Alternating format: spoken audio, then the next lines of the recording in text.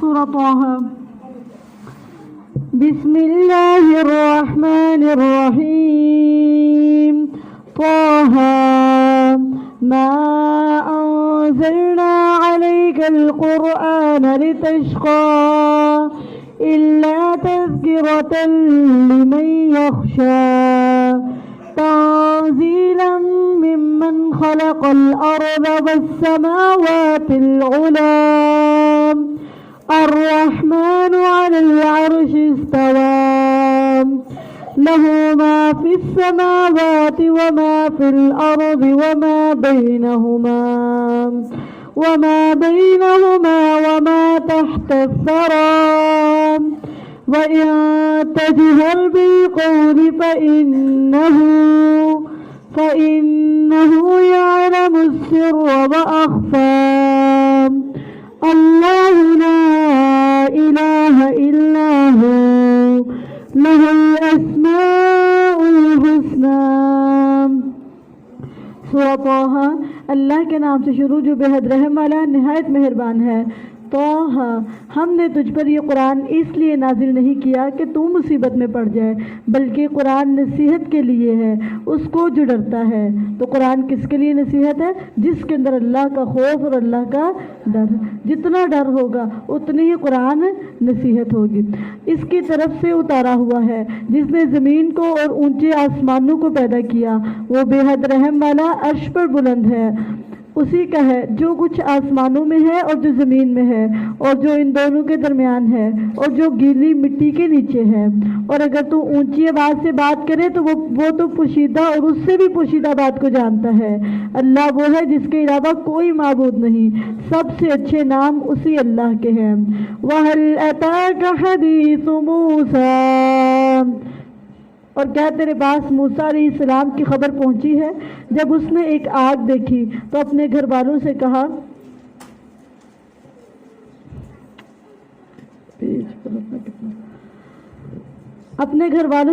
ٹھہرو، بے شک میں نے ایک آگ دیکھی ہے، شاید میں تمہارے پاس اس سے کوئی انگارہ لے آؤں یا اس آگ پر کوئی رہنمائی حاصل کروں. فَلَمَّا أَتَاهَا نُودِيَ يَا مُوسَىٰ إِنِّي أَنَا رَبُّكَ فَاخْلَعْ عَلَيْكَ إِنَّكَ بِالْوَادِ الْمُقَدَّسِ طُوًى وَأَنَا اخْتَرْتُكَ فَاسْتَمِعْ لِمَا يُوحَىٰ إِنَّنِي أَنَا اللَّهُ لَا إِلَٰهَ إِلَّا أَنَا فَاعْبُدْنِي وَأَقِمِ الصَّلَاةَ لِذِكْرِي. تو جب وہ اس کے پاس آیا تو اسے آواز دی گئی، اے موسیٰ بے شک میں ہی تیرا رب ہوں، سو اپنی دونوں جوتیاں اتار دے، بے شک تو پاک وادی طویٰ میں ہے اور میں نے تجھے چن لیا. بس غور سے سن جو کچھ وحی کیا جاتا ہے. تو چنے ہوئے لوگوں کا کام کیا ہے؟ وہ اللہ کی طرف سے آنے والی وحی کو غور سے سنتے ہیں. بے شک میں ہی اللہ ہوں، میرے علاوہ کوئی معبود نہیں، سو میری عبادت کر اور میری یاد کے لیے نماز قائم کر. 3 باتوں کا حکم دیا. ایک، توحید کو اپنا لو اور دوسرا کہا صرف میری بندگی میری غلامی کرو اور تیسرا کہا میری یاد کے لیے نماز کو قائم کرو. جب میں یاد ہوں تب نماز قائم کرو اور نماز کے اندر مجھے یاد کرو. یقیناً قیامت آنے والی ہے، میں قریب ہوں کہ اسے چھپا کر رکھوں تاکہ ہر شخص کو اس کا بدلہ دیا جائے جو وہ کوشش کرتا ہے، جو وہ کامیاب ہوا یا ناکام ہوا. لیکن جس نے کوشش کی، نیکی کو پانے کی کوشش کی، اس کی کوششوں کا بھی اللہ قیامت کے دن پورا بدلہ دے گا. اللہ نے آپ کی کوشش دیکھنی ہے. اللہ نے آپ کی یہ نہیں دیکھنا کہ آپ نے واقعی نیکی کو پا لیا تھا یا نہیں پایا، آپ کامیاب ہوئے یا نہیں ہوئے. صرف سٹرگل دیکھنی کہ آپ نے نیکی کو پانے کی جدوجہد کتنی کی، مشقت کتنی کی، کوشش کتنی کی. آپ کی جو کوششیں ہیں، آپ دیکھیں اسکول میں آپ جب پیپر دیتے ہیں نا تو وہ صرف آپ کو لکھے ہوئے کا نمبر دیتے ہیں. جو آپ نے ساری رات محنت کی اور ایک منٹ ضائع کیے بغیر اتنا یاد کیا وہ ان کوششوں کا نمبر. ہو سکتا ہے آپ ساری رات ایک جملہ یاد کرتے رہے ہو یا پیپر یاد کرتے رہے اور پیپر کے درمیان بھول گئے ہو، جیسے اکثر ہوتا ہے. ٹھیک ہے، لیکن پیپر والے نے یہ تو نہیں کہنا کہ ساری رات یاد کرتا رہا، اس کے تو نمبر نہیں دیں گے نا. لیکن رحمان جو اللہ ہے اس نے اس کے بھی نمبر دینے، جو آپ نے اس کے لیے اسٹرگل کی، کوشش کی، محنت کی. کر نہ سکے لیکن کوشش ضرور کی تھی. آپ پا نہ سکے لیکن کوشش. لہٰذا نیکی کے راستے میں جدوجہد کرتے رہے، کوشش کرتے رہے، ان تک محنت لگے رہے، کرتے رہے. وہ پا سکے یا نہ پا سکے یہ آپ کا میٹر نہیں. آپ کا کام پتہ کیا ہے؟ صرف اسٹرگل کرے، کوشش کرے، نیکی کو پانے کی کوشش کرے، گناہ سے بچنے کی کوشش کرے. اللہ نے کوششوں کا بھی پورا بدلہ دینا، کوششوں کا بھی پورا اجر دینا ہے. بے شک قیامت آنے والی ہے، میں قریب ہوں کہ اسے چھپا کر رکھوں تاکہ ہر شخص کو اس کا بدلہ دیا جائے جو وہ کوشش کرتا ہے. سو تجھے اس سے وہ شخص کہیں روک نہ دے جو اس پر یقین نہیں رکھتا اور اپنی خواہشوں کے پیچھے لگا ہوا ہے، بس تو ہلاک ہو جائے گا اگر تو اس کی بات کو مانے گا. وَمَا تِلْكَ بِيَمِينِكَ يَا مُوسَىٰ قَالَ هِيَ عَصَايَ أَتَوَكَّأُ عَلَيْهَا وَأَهُشُّ بِهَا عَلَىٰ غَنَمِي وَلِيَ فِيهَا مَآرِبُ أُخْرَىٰ. اور یہ تیرے دائیں ہاتھ میں کیا ہے اے موسیٰ؟ کہا یہ میری لاٹھی ہے، میں اس پر ٹیک لگاتا ہوں اور اس کے ساتھ اپنی بکریوں پر پتے جھاڑتا ہوں اور میرے لیے اس میں کئی اور ضرورتیں ہیں. یہ لاٹھی بہت فائدہ مند ہے. فرمایا اللہ تعالیٰ نے اسے پھینک دے اے موسیٰ. تو موسیٰ علیہ السلام نے فوراً اپنی اتنی مفید چیز، اتنا فائدہ دینے والی چیز کو فوراً اللہ کے کہنے پہ فوراً پھینک دیا. تو اس نے اسے پھینکا تو اچانک وہ ایک سانپ تھا جو دوڑتا تھا. فرمایا اسے پکڑو اور ڈرو نہیں. موسیٰ علیہ السلام کا اللہ نے امتحان لیا. ان قریب ہم اسے اس کی پہلی حالت میں لٹا دیں گے اور اپنا ہاتھ اپنے پہلو کی طرف ملا، وہ کسی عیب کے بغیر سفید چمکتا ہوا نکلے گا، اس حال میں کہ ایک اور نشانی ہے تاکہ ہم تجھے اپنی چند بڑی نشانیاں دکھائیں. اذهب الى فرعون انه طغى. فرعون کی طرف جا. کیونکہ بے شک وہ سرکش ہو گیا ہے. تو موسیٰ علیہ السلام کو جب فرعون کی طرف بھیجا گیا تو موسیٰ علیہ السلام نے اللہ سے دعا مانگی. قال رب اشرح لي صدري رب اشرح لي صدري ويسر لي امري واحلل عقدة من لساني يفقهوا قولي واجعل لي وزيرا من أهلي هارون أخي أشدد به أزري وأشركه في أمري كي نسبحك كثيرا ونذكرك كثيرا إنك كنت بنا بصيرا. قال قد أوتيت سؤلك يا موسى. اور موسیٰ علیہ السلام نے کہا اے میرے رب میرے لیے میرا سینہ کھول دے اور میرے لیے میرا کام آسان کر دے اور میری زبان کی کچھ گرہ کھول دے، اس طرح کی گرہ کھول کہ وہ میری بات سمجھ لے، میں لوگوں کو سمجھا سکوں، اور میرے لیے میرے گھر والوں میں سے ایک بوجھ بٹانے والا بنا دے. ہارون کو جو کہ میرا بھائی ہے اس کے ساتھ میری پشت مضبوط کر دے اور اسے میرے کام میں شریک کر دے. جو میں کام کر رہا ہوں میرے ساتھ میرا بھائی بھی تیرے دین کا، اللہ ہم دونوں بھائی مل کے تیرے دین کا، صرف اپنے لیے دعا نہیں کر رہے کہ اللہ میں تیرے دین کا کام کروں، اللہ میرے گھر والوں میں سے بھی ایسا بنا دے جو تیرے دین کا کام، اکیلے نہیں بلکہ اپنے گھر والوں کی بھی اصلاح کرنی، ان کی بھی فکر کرنی، ان کے لیے بھی اللہ سے ہم اور غم اور دعائیں رکھنی ہے کہ اللہ مجھے بھی چن اور میرے گھر والوں کو، میری نسلوں کو بھی اپنے لیے چن لے، اور اس کے ساتھ میری پشت مضبوط کر دے اور اسے میرے کام میں شریک کر دے. کئی نسبحک کثیرا، تاکہ ہم تیری بہت تسبیح کریں.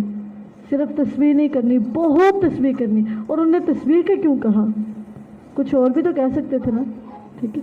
تسبیح کا کہا کیونکہ یہ سب سے افضل ترین عمل ہے. اللہ کی پاکی بیان کرنا، اللہ کی تسبیح بیان کرنا، یہ سب سے افضل ترین کام ہے. اور موسیٰ علیہ السلام نے اللہ سے توفیق مانگی کہ اللہ مجھے میرا بھائی وزیر بنا کے دے تاکہ ہم تیری بہت زیادہ تسبیح کریں، ہم تیری پاکی بیان کریں بہت زیادہ، اور تاکہ ہم تیری بہت تسبیح کریں اور تجھے بہت یاد کریں. تجھے صرف یاد نہ کریں، بہت یاد کریں.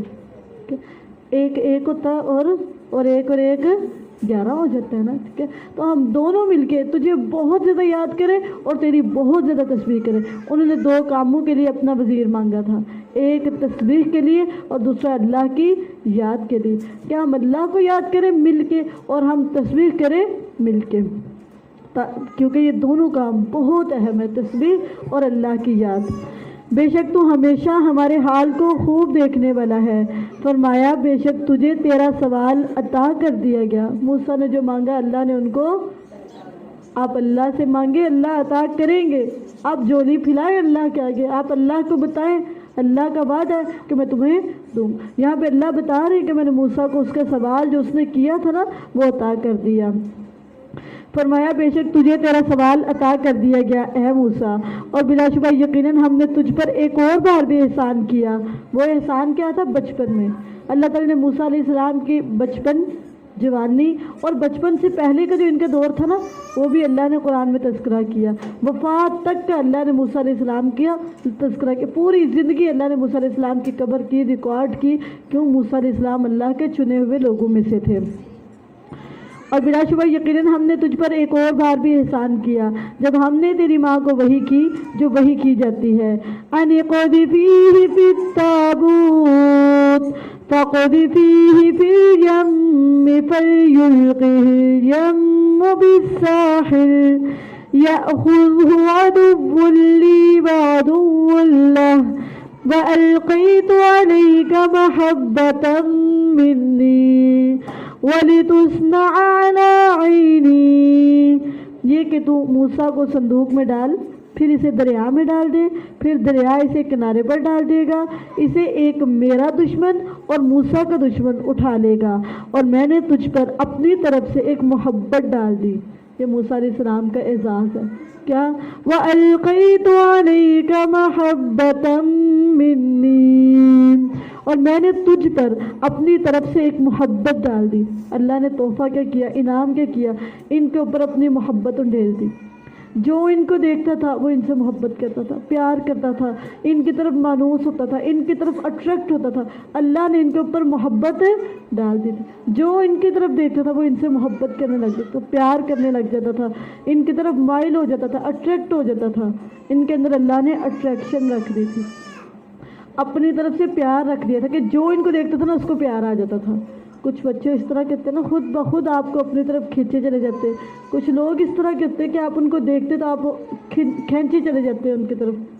اسی طرح موسیٰ علیہ السلام وہ شخصیت تھے، اللہ نے ان کو بچپن میں ایسی شخصیت دی تھی کہ جو دیکھتا تھا ان کی طرف مائل ہو جاتا تھا. حتیٰ کہ فرعون بھی وہ ان کی طرف اٹریکٹ ہو گیا تھا. اس نے نہ صرف ان کو اپنے پاس رکھا بلکہ ان کی کیئر کی، ان کی پرورش کی، ان کا خیال رکھا. ان کو یہ وہ فرعون تھا جو بچوں کو قتل کر دیا کرتا تھا، بچوں کو مار دیا کرتا تھا. لیکن موسیٰ علیہ السلام پر اللہ نے خاص نعمت کیا کی، وَأَلْقَيْتُ عَلَيْكَ مَحَبَّةً مِّنِّي، اور میں نے تجھ پر اپنی طرف سے ایک محبت ڈال دی. اور یہ اللہ کا بہت بڑا عظیم تحفہ ہے کہ اللہ محبت ڈال دے تاکہ لوگ اس کی طرف امپریس ہو جائیں. میں نے تجھ پر اپنی طرف سے ایک محبت ڈال دی اور تاکہ تیری پرورش میری آنکھوں کے سامنے کی جائے. جب تیری بہن چلی جاتی تھی بس کہتی تھی کیا میں تمہیں اس کا پتہ بتاؤں جو اس بچے کی پرورش کرے. بس ہم نے تجھے تیری ماں کی طرف لٹا دیا تاکہ تیری ماں کی آنکھیں ٹھنڈی ہوں اور وہ غم نہ. پیچھے مریم علیہ السلام کو کہا تھا کہ غم نہیں کرو، اپنی آنکھیں ٹھنڈی رکھو، اپنی آنکھوں کو پرسکون رکھو، کھاؤ پیو اور پرسکون رہو. اور یہاں پہ موسیٰ علیہ السلام کی امی کو کہا جا رہا ہے کہ آپ غم نہ کرو، ٹینشن نہ لو، پریشان نہ ہو. بس ہم نے تجھے تیری ماں کی طرف لٹا دیا تاکہ اس کی آنکھیں ٹھنڈی ہو جائے، اس کو سکون مل جائے اور وہ غم نہ کرے. اور تو نے ایک شخص کو قتل کر دیا تو ہم نے تجھے غم سے نجات دی اور ہم نے تجھے آزمایا، خوب آزمانا، پھر کئی سال تو مدین والوں میں ٹھہرا، پھر تو ایک مقرر اندازے پر آیا اے موسیٰ، اور میں نے تجھے اپنے لیے خاص طور پر بنایا۔ وَاصْطَنَعْتُكَ لِنَفْسِي، اور میں نے تجھے اپنے لیے خاص طور پر بنا دیا۔ موسیٰ علیہ السلام کو اللہ نے اپنے لیے چن لیا، اپنی ذات کے لیے چن لیا، اپنا پیغام دینے کے لیے چن لیا، اپنی محبت کے لیے چن لیا، اپنی دعوت کے لیے، اپنے کام کے لیے۔ جو باتیں اللہ نے خود کرنی تھی وہ موسیٰ علیہ السلام سے کام کروائے، جاؤ جا کے میرا پیغام پہنچاؤ، جاؤ میری دین کی دعوت دو، میرا کام تم کرو، جو میرے کام ہے وہ موسیٰ کرے گا، میرے کام موسیٰ سر انجام دے گا، اور میں نے تجھے اپنے لیے خاص طور پر بنایا۔ یہ اللہ کے لیے تھے، خاص طور پہ صرف اللہ کے لیے تھے۔ اور آج ہم پارہ کیوں پڑھ رہے ہیں؟ اللہم اصطفینا علی العالمین، اللہ ہمیں بھی اپنے لیے چن لے، اپنے لیے خاص کر لے، ہمیں اپنا بنا لے۔ اذهب انت واخوک بآیاتی ولا تنیا فی ذکری، تو اور تیرا بھائی میری آیات لے کر جاؤ اور میری یاد میں سستی، جن کو اللہ چنتے ہیں نا ان کے لیے آرڈر پتہ کیا ہے؟ سستی نہیں کرنی، اللہ کو یاد کرنے میں، اللہ کو یاد کرنے میں سستی سر انجام، ہمیشہ اللہ کو یاد کرنا ہے، ہر لمحے اللہ کو یاد رکھنا ہے، اس کام میں سستی نہیں برتنی۔ دونوں فرعون کے پاس جاؤ، بے شک وہ سرکش ہو گیا ہے، اس نے سرکشی کی ہے، بس اس سے بات کرو نرم بات۔ جو اللہ کے سرکش ہے، اللہ کا نافرمان ہے، وقت کے پیغمبر کو پتہ کیا حکم دیا جا رہا ہے؟ اس سے بات سختی سے نہیں کرنی، جا کے کیسے بات کرو؟ نرمی سے۔ اور جو اللہ کے مومن بندے ان سے کیسے بات کرنی؟ یہ تو فرعون ہے، یہ تو سرکش ہے، یہ تو جابر ہے، یہ تو ظالم ہے، یہ بچوں کا قاتل ہے، لیکن اللہ جب اس کی طرف پیغمبر کو بھیج رہے تو پتہ ہے کہا میرے بندے سے نرمی سے بات کرنا۔ اتنا سرکش ہے، اتنا نافرمان ہے، حدوں کو پار کیا ہے، لیکن اللہ اس کے ساتھ کس قدر محبت کرتے ہیں۔ موسیٰ علیہ السلام سے کہا بس اس سے بات کرو، نرم بات کرنا، کیوں؟ اس پر امید ہے کہ وہ نصیحت حاصل کر لے یا وہ ڈر جائے۔ دونوں نے کہا اے ہمارے رب، یقیناً ہم ڈرتے ہیں کہ وہ ہم پر زیادتی کرے گا، کیونکہ وہ بہت ظالم تھا نا، یہاں کے حد سے بڑھ جائے گا۔ اللہ تعالیٰ نے فرمایا لا تخافا اننی معکما اسمع وارا، فرمایا ڈرو نہیں، بے شک تم دونوں کے ساتھ ہوں، میں تم دونوں کے ساتھ ہوں، میں سن بھی رہا ہوں اور دیکھ جاؤ، تم میں سن رہا ہوں، میں دیکھ رہا ہوں، جو کچھ ہوگا میں نپٹ لوں گا، تم جاؤ۔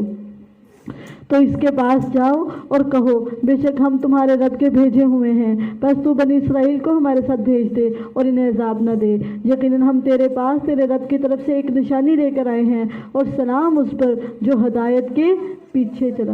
سلامتی کس کے لیے؟ جو ہدایت کی اتباع کرتا ہے، ہدایت کو فالو کرتا ہے، ہدایت کی پیروی کرتا ہے۔ بے شک ہم یقیناً ہماری طرف وحی کی گئی ہے کہ عذاب اس پر ہے جس نے جھٹلایا اور منہ موڑا۔ عذاب کس پر ہے؟ جس نے جھٹلا دیا اور منہ موڑ دیا۔ اس نے کہا تو تم دونوں کا رب کون ہے اے موسیٰ؟ کہا ہمارا رب وہ ہے جس نے ہر چیز کو اس کی شکل و صورت بخشی پھر راستہ دکھایا۔ تو فرعون نے کہا تو پہلے زمانوں کے لوگوں کا کیا حال ہے؟ کہا ان کا علم میرے رب کے پاس ہے، ایک کتاب میں ہے، میرا رب نہ بھٹکتا ہے اور نہ بھولتا ہے۔ اور جس نے تمہارے لیے زمین کو بچھونا بنایا اور تمہارے لیے اس میں راستے جاری کیے اور آسمان سے کچھ پانی اتارا، پھر ہم نے اس کے ساتھ کئی قسمیں مختلف نباتات سے نکالی، کھاؤ اور اپنے چوپایوں کو چراؤ، بے شک اس میں عقل والوں کے لیے یقیناً بہت سی نشانیاں ہیں۔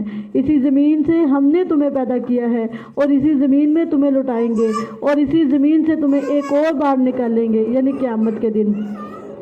اور بلا شبہ یقیناً ہم نے اسے اپنی نشانیاں سب کی سب دکھلائیں، بس اس نے جھٹلایا اور انکار کر دیا۔ کہا کیا تو ہمارے پاس اس لیے آیا ہے کہ ہمیں سرزمین سے اپنے جادو کے ذریعے نکال دے اے موسیٰ؟ تو ہم بھی ہر صورت تیرے پاس اس جیسا جادو لائیں گے، بس تو ہمارے درمیان اور اپنے درمیان وعدے کا ایک وقت طے کر دے کہ نہ ہم اس کے خلاف کریں اور نہ تو، ایسی جگہ میں جو مساوی ہو۔ کہا تمہارے وعدے کا وقت زینت کا دن ہے اور یہ کہ لوگ دن چڑھے جمع کیے جائیں۔ بس فرعون واپس لوٹا، پس اس نے اپنے دوپے جمع کیے پھر آ گیا۔ موسیٰ علیہ السلام نے ان جادوگروں سے کہا تمہاری بربادی ہو، اللہ پر کوئی جھوٹ نہ باندھنا ورنہ وہ تمہیں عذاب سے ہلاک کر دے گا۔ جو اللہ پر جھوٹ باندھے گا اس کو عذاب سے ہلاک کر دیا جائے گا، اور یقیناً ناکام ہوا جس نے جھوٹ باندھا۔ تو اپنے معاملے میں آپس میں جھگڑ پڑے اور انہوں نے پوشیدہ سرگوشی کی۔ کہا بے شک یہ دونوں یقیناً جادوگر ہیں، چاہتے ہیں کہ تمہیں تمہاری سرزمین سے اپنے جادو کے ذریعے نکال دیں اور تمہارا وہ طریقہ لے جائیں جو سب سے اچھا ہے۔ سو تم اپنی تدبیر پختہ کرو، پھر صف باندھ کر آ جاؤ، اور یقیناً آج وہ کامیاب ہوگا جس نے غلبہ حاصل کر لیا۔ انہوں نے کہا اے موسیٰ یا تو یہ کہ تو پھینکے اور یا یہ کہ ہم ہوں جو پہلے پھینکے۔ موسیٰ علیہ السلام نے کہا بلکہ تم پھینکو۔ تو اچانک ان کی رسیاں اور ان کی لاٹھیاں اس کے خیال میں ڈالا جاتا تھا کہ ان کے جادو کی وجہ سے وہ واقعی دوڑ رہی ہیں۔ فَأَوْجَسَ فِي نَفْسِهِ خِيفَةً مُوسَىٰ قُلْنَا لَا تَخَفْ إِنَّكَ أَنتَ الْأَعْلَىٰ وَأَلْقِ مَا فِي يَمِينِكَ تَلْقَفْ مَا صَنَعُوا إِنَّمَا صَنَعُوا كَيْدُ سَاحِرٍ وَلَا يُفْلِحُ السَّاحِرُ حَيْثُ أَتَىٰ فَأُلْقِيَ السَّحَرَةُ سُجَّدًا قَالُوا آمَنَّا بِرَبِّ هَارُونَ وَمُوسَىٰ۔ تو موسیٰ علیہ السلام نے اپنے دل میں ایک خوف محسوس کیا۔ ہم نے کہا خوف نہ کر، یقیناً تو ہی غالب ہے، یقیناً جس کا اللہ سے تعلق ہو اگرچہ وہ اکیلا ہو تو وہ ضرور بے ضرور کامیاب ہوگا۔ اور پھینک جو تیرے دائیں ہاتھ میں ہے وہ نکل جائے گا جو کچھ انہوں نے بنایا، بے شک انہوں نے جو کچھ بنایا ہے وہ جادوگر کی چال ہے، اور جادوگر کامیاب نہیں ہوتا جہاں سے بھی آ جائے۔ تو جادوگر گرا دیے گئے اس حال میں کہ سجدہ کرنے والے تھے۔ انہوں نے کہا ہم ہارون اور موسیٰ کے رب پر ایمان لے آئے۔ آمنا برب ہارون و موسیٰ قال آمنتم له قبل أن آذن لكم إنه لكبيركم الذي علمكم السحر فلأقطعن أيديكم وأرجلكم من خلاف ولأصلبنكم في جذوع النخل وَلَتَعْلَمُنَّ أَيُّنَا أَشَدُّ عَذَابًا وَأَبْقَىٰ۔ کہا تم اس پر اس سے پہلے ایمان لے آئے کہ میں تمہیں اجازت دوں؟ یقیناً یہ تو تمہارا بڑا ہے جس نے تمہیں جادو سکھایا ہے، بس یقیناً میں ہر صورت تمہارے ہاتھ اور تمہارے پاؤں مخالف سمت سے بری طرح کاٹوں گا، اور ضرور ہر صورت تمہیں کھجور کے تنوں پر بری طرح سولی دوں گا، اور یقیناً تم ضرور جان لو گے کہ ہم میں سے کون عذاب دینے میں زیادہ سخت اور زیادہ باقی رہنے والا ہے۔ انہوں نے کہا ہم تجھے ہرگز ترجیح نہ دیں گے ان واضح دلائل پر جو ہمارے پاس آئے ہیں، ان پر اور اس پر جس نے ہمیں پیدا کیا ہے۔ سو فیصلہ کر جو تو فیصلہ کرنے والا ہے، اس کے علاوہ کچھ نہیں کہ تو اس دنیا کی زندگی کا فیصلہ کرے۔ ہم تیرے فیصلوں سے ڈرنے والے، ہم تمہاری دھمکیوں سے معروف ہونے والے، ہم نے اللہ کو تجھ پر ترجیح دی ہے، ہم نے تجھ پر اللہ کو ترجیح دی ہے۔ اِنَّا آمَنَّا بِرَبِّنَا لِيَغْفِرَ لَنَا خَطَايَانَا وَمَا أَكْرَهْتَنَا عَلَيْهِ مِنَ السِّحْرِ وَاللَّهُ خَيْرٌ وَأَبْقَىٰ۔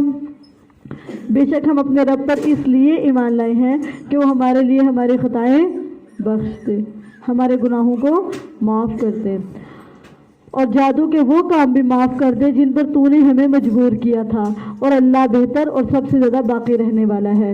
بے شک حقیقت یہ ہے کہ جو اپنے رب کے پاس مجرم بن کر آئے گا تو یقیناً اسی کے لیے جہنم ہے، نہ وہ اس جہنم میں مرے گا اور نہ ہی جیے گا، اور جو اس کے پاس مومن بن کر آئے گا اور اس نے اچھے اعمال کیے ہوں گے تو یہی لوگ ہیں جن کے لیے سب سے بلند درجے ہیں۔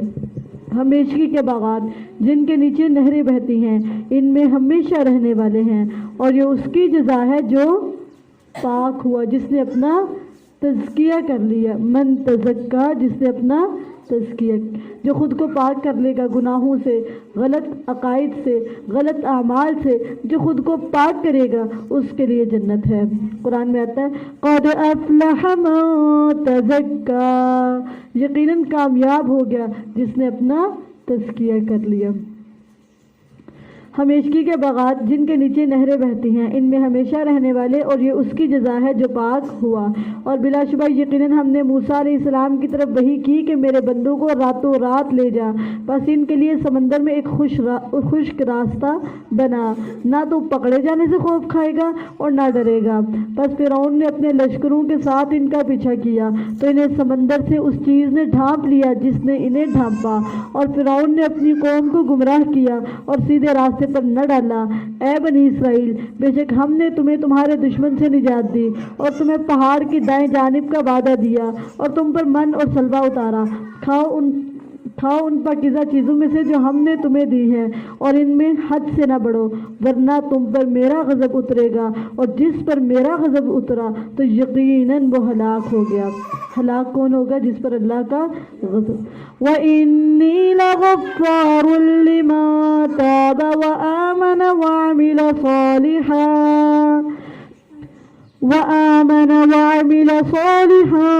ثُمَّ اهْتَدَىٰ، اور بے شک میں یقیناً اس کو بہت بخشنے والا ہوں۔ کس کو؟ جس میں 3 صفات ہیں، جو توبہ کرے، ایمان لے آئے اور نیک عمل کرے، پھر سیدھے راستے پر چلے، تو میں یقیناً اس کو بہت زیادہ بخشوں گا۔ اور تجھے تیری قوم سے جلد کیا چیز لے آئی اے موسیٰ؟ قال هم أولئك على أثري وعجلت إليك رب لترضى، کہا وہ لوگ یہ میرے نشان قدم پر ہیں اور میں تیری طرف جلدی آ گیا۔ کیوں؟ وجہ کیا ہے؟ اے میرے رب، تاکہ تو خوش ہو جائے۔ اللہ کو راضی کرنے کے لیے، اللہ کو خوش کرنے کے لیے سب لوگوں سے بڑھ کر آگے جانا۔ میں سب سے پہلے اللہ کے پاس جاؤں، میں سب سے پہلے اللہ کا کام کروں، میں سب سے بڑھ کے نماز پڑھوں، سب سے پہلے نماز پڑھوں۔ نبی صلی اللہ علیہ وسلم سے پوچھا افضل عمل کون سا ہے؟ کہ الصلاۃ لأول وقتها، نماز کو اس کے اول وقت میں پڑھنا۔ تو مومن وہ ہے۔ موسیٰ علیہ السلام کا طریقہ کیا تھا؟ وہ کیا کیا کرتے تھے؟ اللہ کی رضا کے لیے، اللہ کی خوشنودی کے لیے اللہ کی طرف آنے میں جلدی کیا کرتے تھے۔ جو کام اللہ کی طرف لے جانے والے نا، ان میں سب سے آگے رہتے تھے، سب سے آگے۔ جو دین کا کام ہے، جو اللہ کا کام ہے، جو اللہ کا اس میں سب سے آگے رہتے تھے۔ اور پوچھا اللہ تعالیٰ نے کیوں بھئی آپ کیوں آگے آگے؟ کہا اللہ میں نے جلدی اس لیے کی تاکہ تو راضی ہو۔ میں سب سے پہلے کیوں آ گیا؟ تاکہ تو اللہ کو راضی کرنے کے لیے، اللہ کو خوش کرنے کے لیے، اس کی رضا کی طلب کے لیے ہمیشہ نیکی کے کام میں آگے رہے، پہل کرے، سب سے آگے رہے۔ میں تیری طرف جلدی آ گیا اے میرے رب تاکہ تو خوش ہو جائے۔ ٹھیک ہے، اللہ کو خوش کرنے کے لیے، اللہ کو خوش کرنے کے لیے ان کی زندگیوں کا مقصد اللہ کو خوش کرنا تھا، اللہ کو راضی کرنا تھا، اور اللہ کو خوش کرنے کے لیے جلدی جلدی دنیا کو چھوڑ کے اللہ کی طرف آ رہے، نمازوں میں جلدی، قرآن میں جلدی، ذکر میں جلدی، اذکار میں جلدی، سب سے پہلے، سب سے آگے، تاکہ تو خوش ہو جائے۔ فرمایا پھر بے شک ہم نے تو تیری قوم کو تیرے بعد آزمائش میں ڈال دیا اور انہیں سامری نے گمراہ کر دیا۔ تو موسیٰ علیہ السلام اپنی قوم کی طرف پلٹا، غصے سے بھرا ہوا، افسوس کرتا ہوا، کہا اے میری قوم، کیا تمہارے رب نے تمہیں اچھا وعدہ نہ دیا تھا؟ پھر کیا وہ مدت تم پر لمبی ہو گئی، یا تم نے چاہا کہ تم پر تمہارے رب کی طرف سے کوئی غضب اترے تو تم نے میرے وعدے کی خلاف ورزی کی؟ انہوں نے کہا ہم نے اپنے اختیار سے تیرے وعدے کی خلاف ورزی نہیں کی، لیکن ہم پر لوگوں کے زیوروں کے کچھ بوجھ لاد دیے گئے تھے تو ہم نے ان زیوروں کو پھینک دیا۔ پھر اس طرح سامری نے بچڑا بنا ڈالا، بس اس نے ان کے لیے ایک بچڑا نکالا جو محض جسم تھا، اس کے لیے گائے کی آواز تھی۔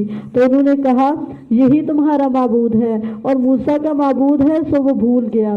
تو کیا وہ دیکھتے نہیں کہ وہ نہ ان کی کسی بات کا جواب دیتا ہے، وہ بچڑا نہ ان کی کسی بات کا جواب دیتا ہے، اور نہ ان کے کسی نقصان کا مالک ہے اور نہ کسی نفع کا مالک ہے۔ اور بلا شبہ یقیناً ہارون نے ان سے پہلے ہی کہہ دیا تھا، اے میری قوم، بات یہی ہے کہ اس کے ساتھ تمہاری آزمائش کی گئی ہے، یہ بچڑا یقیناً تمہارا رب رحمان ہی ہے، سو میرے پیچھے چلو اور میرا حکم مانو۔ انہوں نے کہا ہم اسی پر مجاور بن کر بیٹھے رہیں گے یہاں تک کہ موسیٰ ہماری طرف واپس آ جائے۔ کہا اے ہارون، جب موسیٰ علیہ السلام واپس آئے تو ہارون علیہ السلام سے کہتے ہیں، اے ہارون، تجھے کس چیز نے روکا جب تو نے انہیں دیکھا کہ وہ گمراہ ہو گئے؟ کون سی چیز تھی جس نے تمہیں روک دیا ان کی اصلاح کرنے سے؟ ان کی اصلاح کیوں نہیں کی؟ اپنے بھائی سے رنجیدہ ہو رہے ہیں، اپنے بھائی کو ڈانٹ رہے ہیں کہ جب تم نے ان کو گمراہ دیکھا، انہیں دیکھا کہ یہ شرک کر رہے، کون سی چیز نے تمہیں روکا کہ تم ان کی اصلاح نہ کرو؟ کیوں نہ اصلاح کی؟ ان کی کیوں نہ فکر کی؟ اپنے بھائی کو ڈانٹ رہے ہیں، غصہ کرے کہ لوگوں کی اصلاح کیوں نہ کی؟ وجہ کیا تھی لوگوں کی اصلاح نہ کرنے کی، جبکہ تم دیکھ بھی رہے تھے یہ غلط کام کر رہے ہیں۔ کہا اے ہارون، تجھے کس چیز نے روکا جب تو نے انہیں دیکھا کہ وہ گمراہ ہو گئے کہ تو میری پیروی نہ کرے؟ تو کیا تو نے میرے حکم کی نافرمانی کی؟ تو ہارون علیہ السلام کہتے ہیں، قال یا ابن ام لا تأخذ بلحیتی ولا برأسی انی خشیت ان تقول طوقت بین بنی اسرائیل ولم ترقب قولی۔ ہارون نے کہا اے میری ماں کے بیٹے، نہ میری داڑھی پکڑ اور نہ میرا سر، کیونکہ موسیٰ علیہ السلام نے غصے میں ان کی داڑھی کو بھی پکڑا ہوا تھا اور ان کے سر کو بھی پکڑا ہوا تھا اور غصے سے کھینچ رہے تھے کہ تم نے جب لوگوں کو شرک کرتے دیکھا سمجھایا کیوں نہیں؟ ان کو بتایا کیوں؟ ان کی اصلاح کیوں نہیں کی؟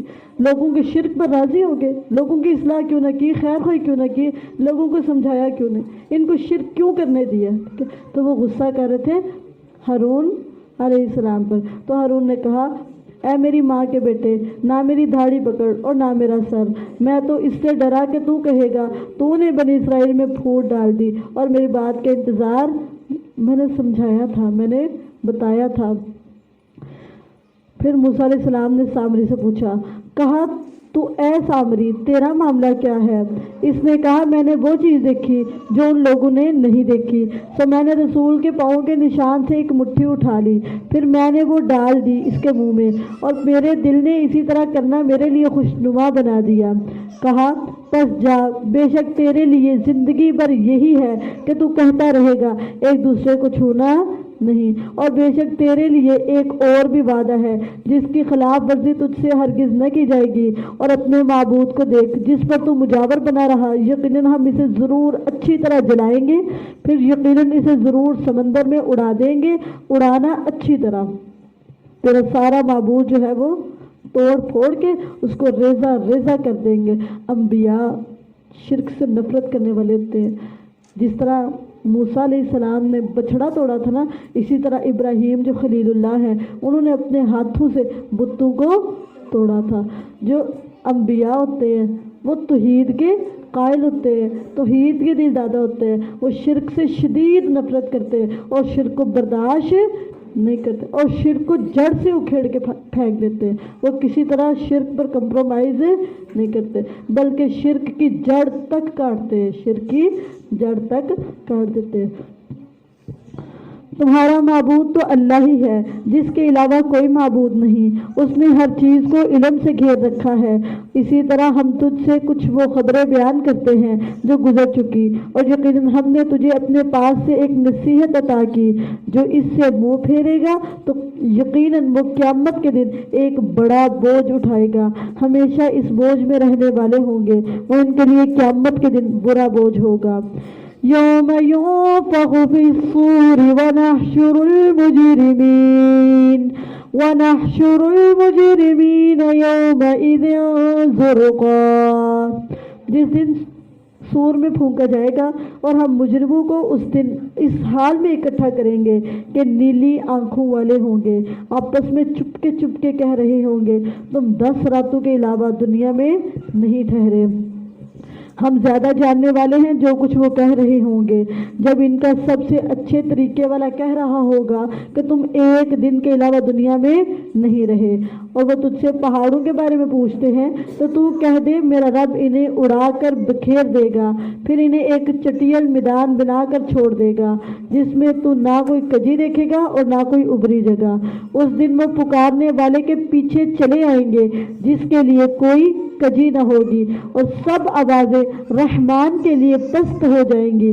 سو تو ایک نہایت آہستہ آواز کے علاوہ کچھ نہیں سنے گا.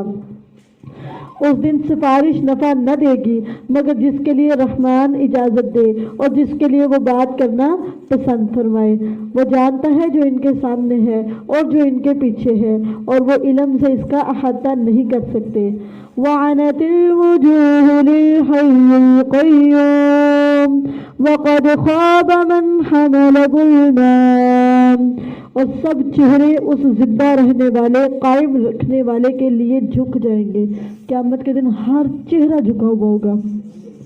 اور یقیناً ناکام ہوا جس نے بڑے ظلم کا بوجھ اٹھایا. بڑے ظلم سے مراد شرک، جو شرک کر کے آیا ہوگا وہ اس نے بہت برا بوجھ اٹھایا ہوگا. اور جو شخص کچھ نیک اعمال کرے اور وہ مومن ہو تو وہ نہ کسی بے انصافی سے ڈرے گا اور نہ حق تلفی سے ڈرے گا. اور اسی طرح ہم نے اسے عربی قرآن بنا کر نازل کیا اور اس میں ڈرانے کی باتیں پھیر پھیر کر بیان کی، شاید کہ وہ ڈر جائے یا ان کے لیے کوئی نصیحت پیدا کر دے. بس بہت بلند ہے اللہ جو حقیقی بادشاہ ہے. اور قرآن پڑھنے میں جلدی نہ کر اس سے پہلے کہ تیری طرف اس کی وحی پوری کی جائے. وَقُلْ رَبِّ زِدْنِي عِلْمًا. اور کہہ اے میرے رب مجھے میرا علم زیادہ کر دے، مجھے علم میں بڑھا دے.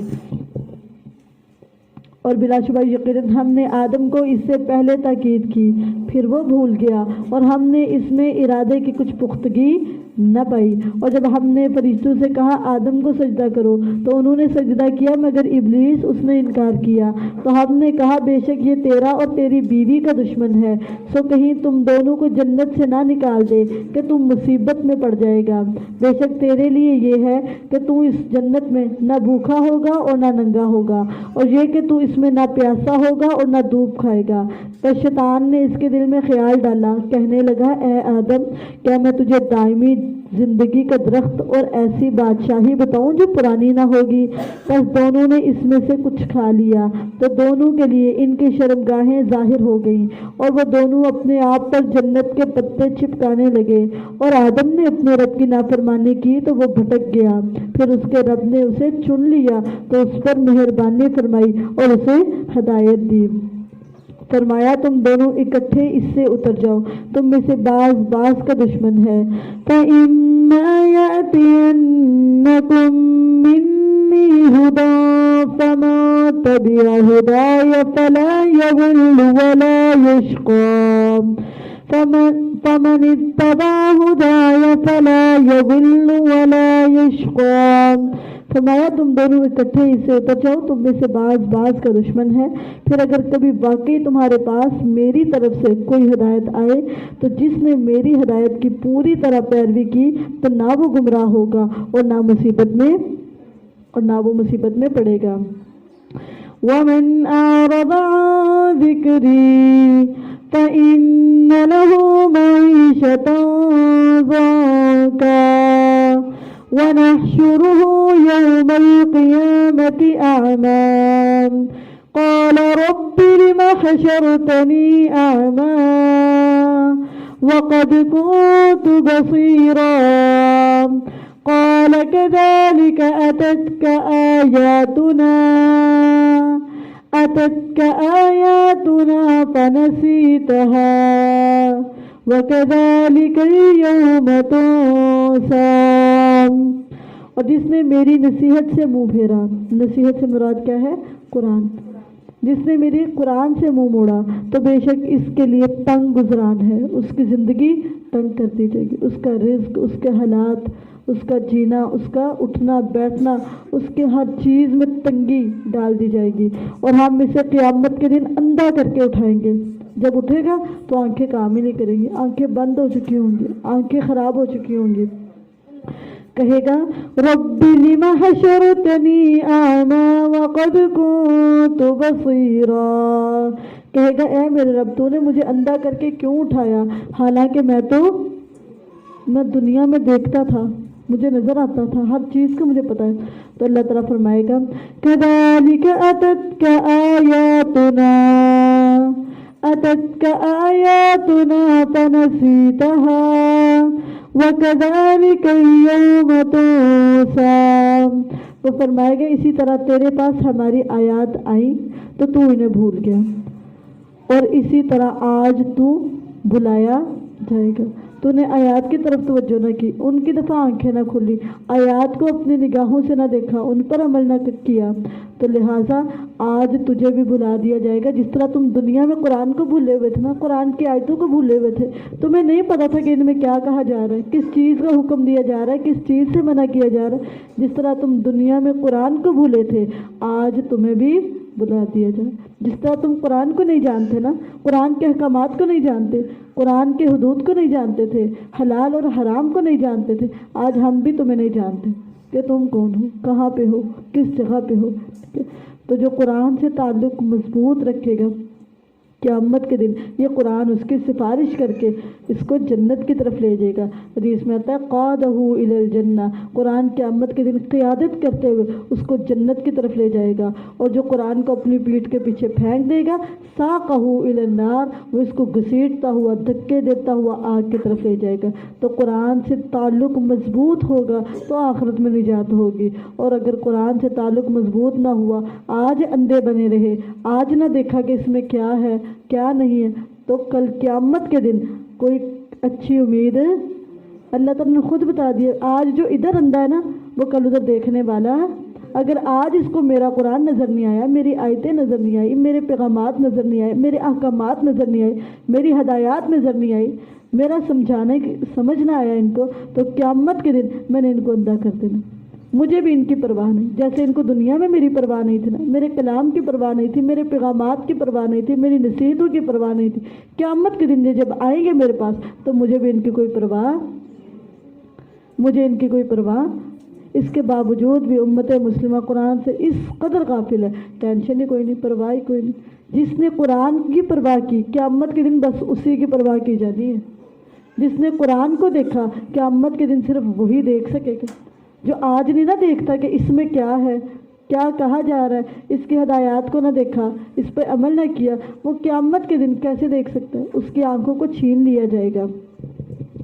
اللہ تعالیٰ فرمائے گا اسی طرح تیرے پاس ہماری آیات آئیں تو تو انہیں بھول گیا، اور اسی طرح آج تو بلایا جائے گا۔ اور اسی طرح ہم اس شخص کو جزا دیتے ہیں جو حد سے گزرے اور اپنے رب کی آیات پر ایمان نہ لائے، اور یقیناً آخرت کا عذاب زیادہ سخت اور زیادہ باقی رہنے والا ہے۔ پھر کیا اس بات نے ان کی رہنمائی نہیں کی کہ ہم نے ان سے پہلے کتنے زمانوں کے لوگ ہلاک کر دیے جن کے رہنے کی جگہوں میں یہ چلتے پھرتے ہیں، بے شک اس میں عقل والوں کے لیے یقیناً کئی عظیم نشانیاں ہیں۔ اور اگر وہ بات نہ ہوتی جو تیرے رب کی طرف سے پہلے طے ہو چکی، اور ایک مقرر وقت نہ ہوتا، تو وہی پہلے لوگوں والا عذاب لازم آ جاتا کہ ان نے قرآن کو نہیں مانا، قرآن پہ نہیں عمل کیا، معجزات دیکھ کے نہیں مان لائے، جیسے پہلے لوگ ہلاک کر دیے جاتے یہ بھی ہلاک کر دیے جاتے، لیکن اللہ نے ان کو مہلت دی ہوئی ہے۔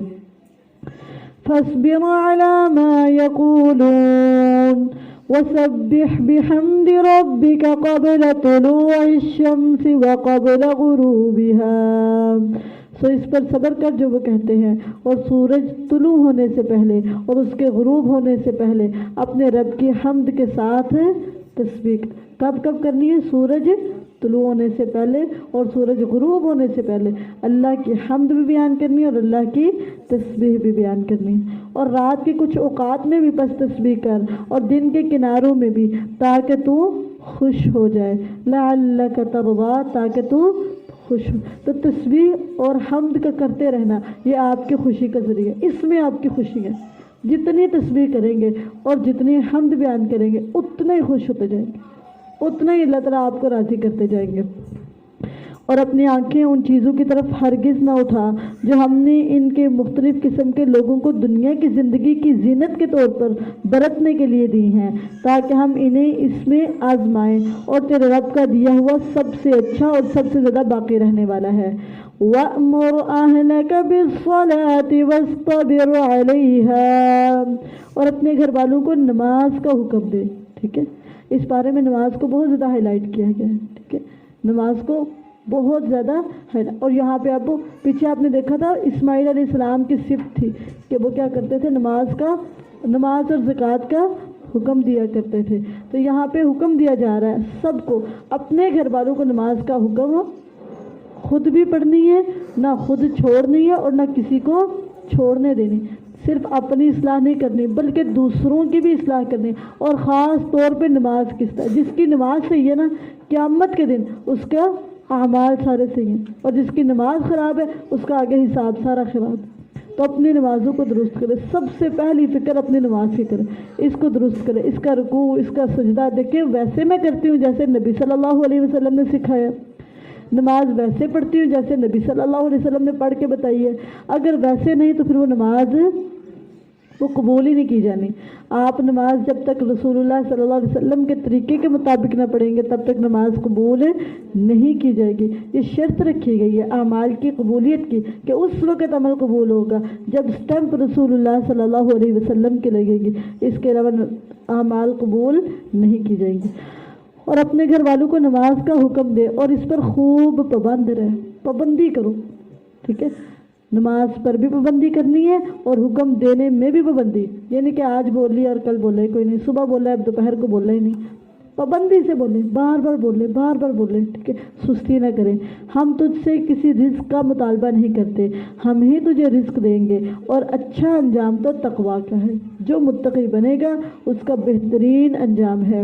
اللہم البسنا لباس التقویٰ, اللہم جعلنا للمتقین اماما. آمین.